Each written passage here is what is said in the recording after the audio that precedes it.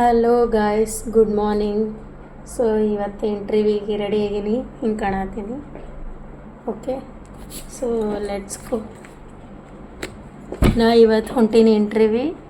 Place ಎಲ್ಲಿಗೆ ಹೊಂಟೀನಿ, ಹೆಂಗೆ ಹೊಂಟೀನಿ ಎಲ್ಲ ಬರ್ರಿ ಹಂಗೆ ಕಂಟಿನ್ಯೂ ವಿಡಿಯೋ ನೋಡ್ರಿ, ಗೊತ್ತಾಗುತ್ತೆ.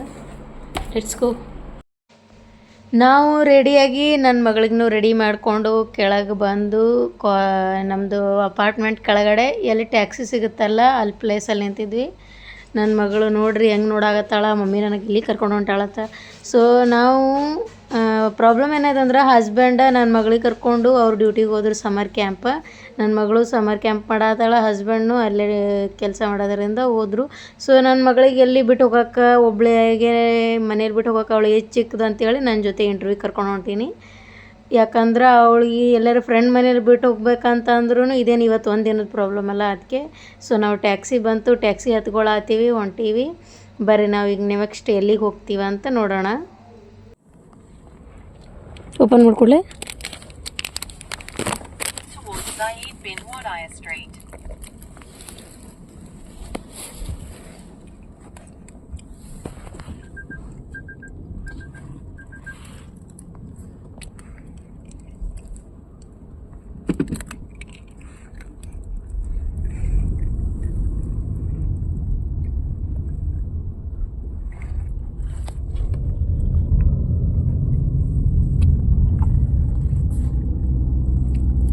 In 200 meters, turn left onto Ammar bin Yazir Street. Turn left, then turn right onto Abdullah bin Rawaha Street.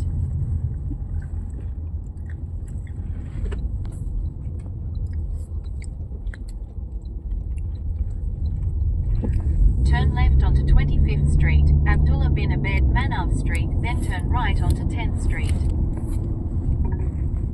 Turn right onto Abdullah bin Rawaha Street, then turn left onto Ammar bin Yazir Street.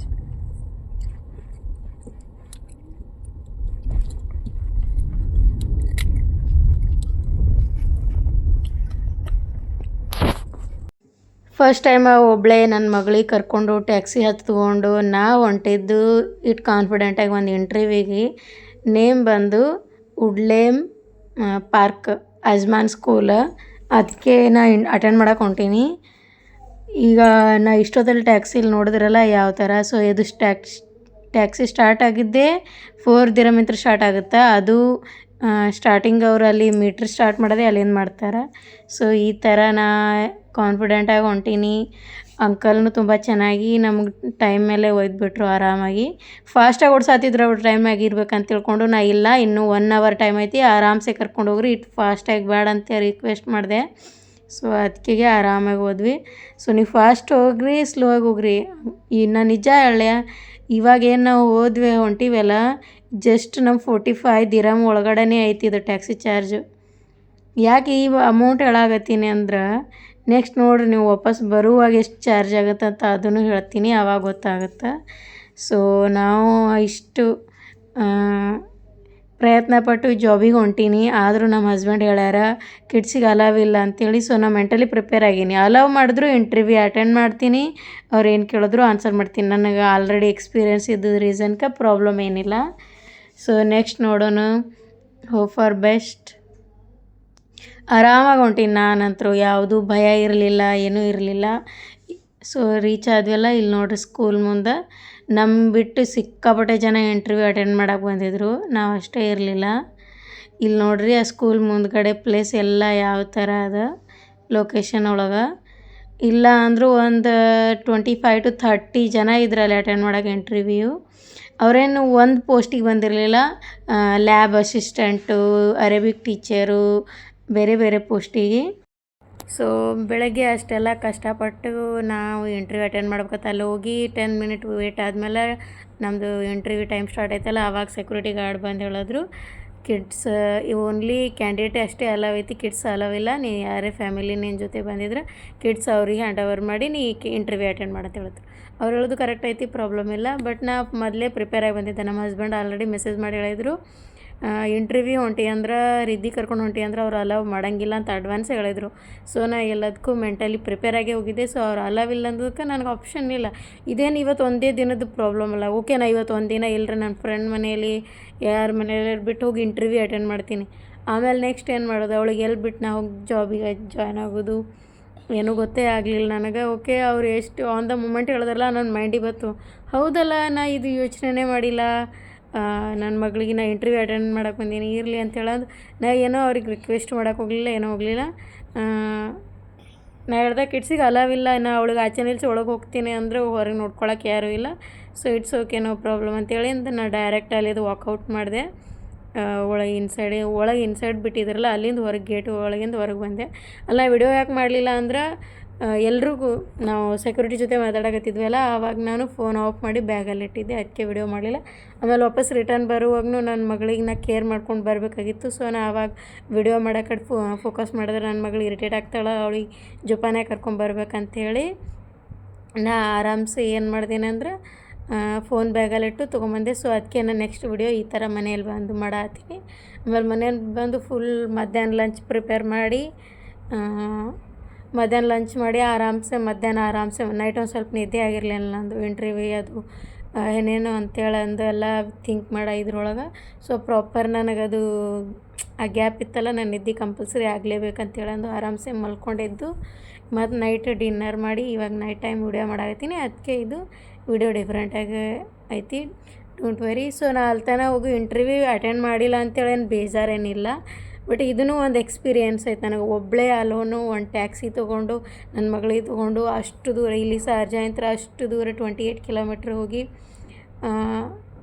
ನಾ ಅಲ್ಲಿ interview attend ಮಾಡಲಿಲ್ಲ ಅಂದ್ರೆ ಪರವಾಗಿಲ್ಲ, ಸ್ಕೂಲೆಲ್ಲ ನೋಡಿದೆ, ಎಲ್ಲ surround ಎಲ್ಲ ನೋಡಿ ಅವ್ರು ಹೇಳಿದ್ರು ಪರವಾಗಿಲ್ಲ, ಅಡ್ವಾನ್ಸೇ ಹೇಳಿದ್ರು, ನಮಗೇನು ಜಾಸ್ತಿ ವೆಯ್ಟ್ ಮಾಡೋಕೆ ಹಚ್ಚಲಿಲ್ಲ, ನಮಗೇನೂ ಇಲ್ಲ, ನಾನು ಮೆಂಟಲಿ ಪ್ರಿಪೇರ್ ಆಗಿದ್ದಕ್ಕೆ ಏನೋ ನನಗೇನೋ ಅದು ಇದೂ ಅನಿಸ್ಲಿಲ್ಲ.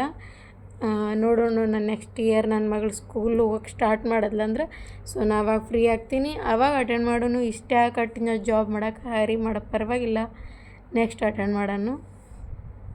ವಾಪಸ್ ಬರುವಾಗ ಟ್ಯಾಕ್ಸಿ ಡ್ರೈವರ್ ಪಾಕಿಸ್ತಾನಿ ಇದ್ದ, ಯಾವ ಥರ ಮೋಸ ಮಾಡ್ತಾರೆ ನೋಡ್ರಿ. ಹೋಗುವಾಗ ಜಸ್ಟ್ ನಂದು ಟ್ಯಾಕ್ಸಿ ಅಮೌಂಟ್ ಆಗಿತ್ತು 45 ದಿರಮ್.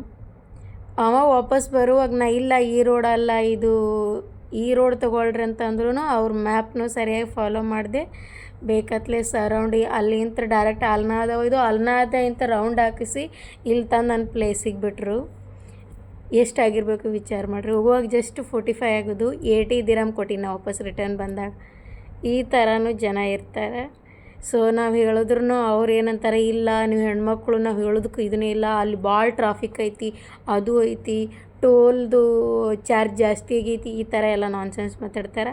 ನಾನು ಜಾಸ್ತಿ ಯಾಕೆ ಆರ್ಗ್ಯುಮೆಂಟ್ ಮಾಡೋಕೆ ಹೋಗಿಲ್ಲ ಅಂದ್ರೆ ನಮ್ಮ ಕಡೆಯಿಂದ ಅವ್ರು ಇಷ್ಟೆಲ್ಲ ಮಾಡಿ ಒಂದಿಷ್ಟು ಅಮೌಂಟ್ ಜಾಸ್ತಿ ತೊಗೋತಾರಲ್ಲ, ಅವ್ರು ಇನ್ನೊಂದು ಕಡೆ ಅದೇ ಥರ ಅವ್ರಿಗೂ ಜನ ಮೋಸ ಮಾಡಿ ಅವ್ರ ಕಡೆ ಅದ್ರ ಡಬಲ್ ಅವರು ಹಾಕ್ತಾರೆ. ಸೊ ಇದು ನಂಗೆ ರೀಸೆಂಟಾಗಿಯೂ ಎಕ್ಸ್ಪೀರಿಯೆನ್ಸ್ ಆಗೈತಿ. ನಾವು ಬೇಕಾದವರೇ ಒಬ್ಬರು ನಾವು ಬೇಕಾದವ್ರ ನೋಡಿ ಮಾಡಿ ನಮಗೆ ಚಾರ್ಜ್ ಮಾಡ್ತಾರೆ ಅಂತೇಳಿ ನಾವು ಗಾಡಿ ಬುಕ್ ಮಾಡಿದ್ರೆ ಅವ್ರು ಏನು ಮಾಡಿರಂದ್ರೆ ನಾವು ಅಂದ್ಕೊಂಡಿದ್ದು ಅದು ಆಗೋಕ್ಕಿಂತನೂ ಜಾಸ್ತಿ ನಮ್ಮ ಕಡೆ ಇಸ್ಕೊಂಡಿದ್ರು. ಆದ್ರೆ ಅವ್ರು ಅದು ಅಮೌಂಟ್ ಏನು ನಮ್ಮ ಕಡೆ ತೊಗೊಂಡಿದ್ರಲ್ಲ ಎಕ್ಸ್ಟ್ರಾ ಸುಳ್ಳು ಹೇಳಿ ಅದು ಡಬಲಲ್ಲಿ ಹಾಸ್ಪಿಟ್ಲಾಗ ಈಗ ಕೊಡಾಕತ್ತಾರ. ಅಂದರೆ ಹಾಸ್ಪಿಟ್ಲಿಗೆ ಅವ್ರು ಹೋಗೋದು ಆಗಾಗತ್ತೈತಿ, ಅವ್ರ ಹೆಲ್ತ್ ಸರಿ ಇಲ್ಲದೆ. ಸೊ ಇದೇ ರೀಸನ್ ಕೇಳ್ತೀನಿ, ಯಾವಾಗಲೂ ಮೋಸ ಮಾಡಿ ಗಳಿಸೋ ಹಣ ಯಾವತ್ತೂ ನಿಮ್ಮ ಹತ್ರ ಉಳಂಗಿಲ್ಲ, ಅದ್ರ ಡಬಲ್ ನಿಮ್ಮ ಹತ್ರ ಖರ್ಚಾಗೇ ಆಗುತ್ತೆ. ಸೊ ಆದಷ್ಟು ಮೋಸ ಮಾಡದೆ ಇರೋಕ್ಕೆ ಟ್ರೈ ಮಾಡಿರಿ. ಸೊ ಲೈಫಲ್ಲಿ ಹಿಂಗೆ ಇದೇ ಥರ ಇದೇ ಇರುತ್ತೆ. ಇದು ಒಂದು ನಂದು ಇಂಟರ್ವ್ಯೂ ಎಕ್ಸ್ಪೀರಿಯೆನ್ಸ್. ಸೊ ಫಸ್ಟ್ ನಾ ಆವಾಗ 7 ಇಯರ್ ಆವಾಗ ನಾ ಇಂಟರ್ವ್ಯೂ ಅಟೆಂಡ್ ಮಾಡಿದೆ. ಎಕ್ಸಾಮ್ ಇಂಟರ್ವ್ಯೂ ಆದಮೇಲೆ ಹಂಗೆ ಜಾಬ್ ಅಪಾಯಿಂಟ್ಮೆಂಟ್ ಆಗಿ ಒಂದು 6 ಮಂತ್ ಜಾಬ್ನು ಕಂಟಿನ್ಯೂ ಮಾಡಿದೆ. ಆಮೇಲೆ ಕನ್ಸೀವ್ ಆದಮೇಲೆ ಸೊ ಗೈನಕಾಲಜಿಸ್ಟ್ ಹೇಳಿದ್ರು don't do journey and all, you need a bed rest pregnancy ಟೈಮಲ್ಲ ಅಂತ ಹೇಳೋದಕ್ಕೆ ನಾನು ಜಾಬ್ ಡ್ರಾಪ್ ಮಾಡಿದ್ದೆ.